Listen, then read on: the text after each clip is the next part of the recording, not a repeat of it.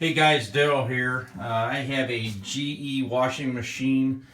I'm not really sure of what type of GE it is, but the model number is WBB2090F3WW. The problem I was having with this washing machine was it wouldn't spin and it wouldn't fill up with water.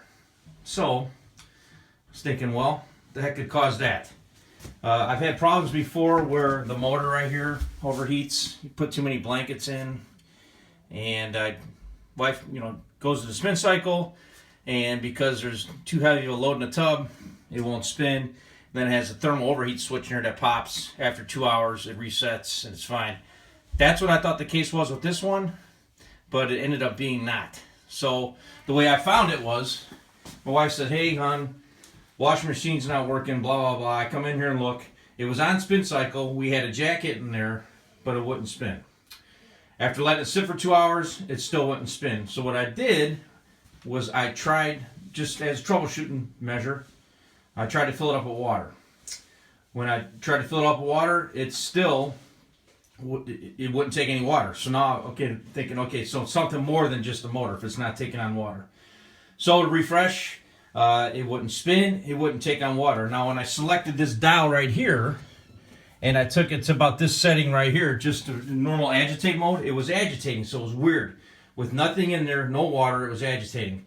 So it's telling me, at least I'm thinking to believe, that I have a problem with the water level sensing system within the washing machine. Now this system's pretty simple. If you look at the load size dial right here on the back, you have a little control head, a diaphragm, that has a clear plastic tube that comes down here to the side of the tub. Okay? If you take this plastic tube off and you look, very simple system. So I don't know if it works off water pressure or air pressure or what, but once you have small, large, or super with my generic GE washer, because some have like small, medium, large, super, extra large, blah, blah, blah. Regardless, it'll sense that whatever the setting is, and it'll shut the water off, and then the washing machine will run. So I said, what the heck? Maybe something's wrong with my water level sensing system. And what I did was I come over here, I pulled this hose off, and if you look, this hose was all full of all sorts of black crap. It was like lint and, who knows what gets thrown through the washing machine after, 5 to 8 years. So I said, I guess it couldn't hurt. So I went ahead and just took a piece of wire and a vacuum cleaner and did whatever I could to clean out this tube right here. Okay, clean it out the best I could. There was actually a lot of nasty gook came out of there. Figured what the heck, it couldn't hurt. Put it back on. Selected what I need to select. And bada bing, it started working. I could not believe it. Total cost of the fix, $0.00.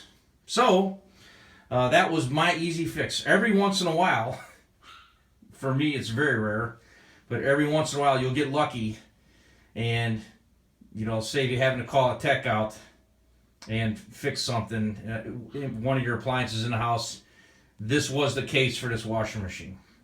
So, the problem I had once again to refresh, to finalize, was it wasn't spinning, it wasn't filling up with water, but it was agitating. And all I did was clean out this hose. Hopefully this helped you out. Wish you all the best of luck. Have fun.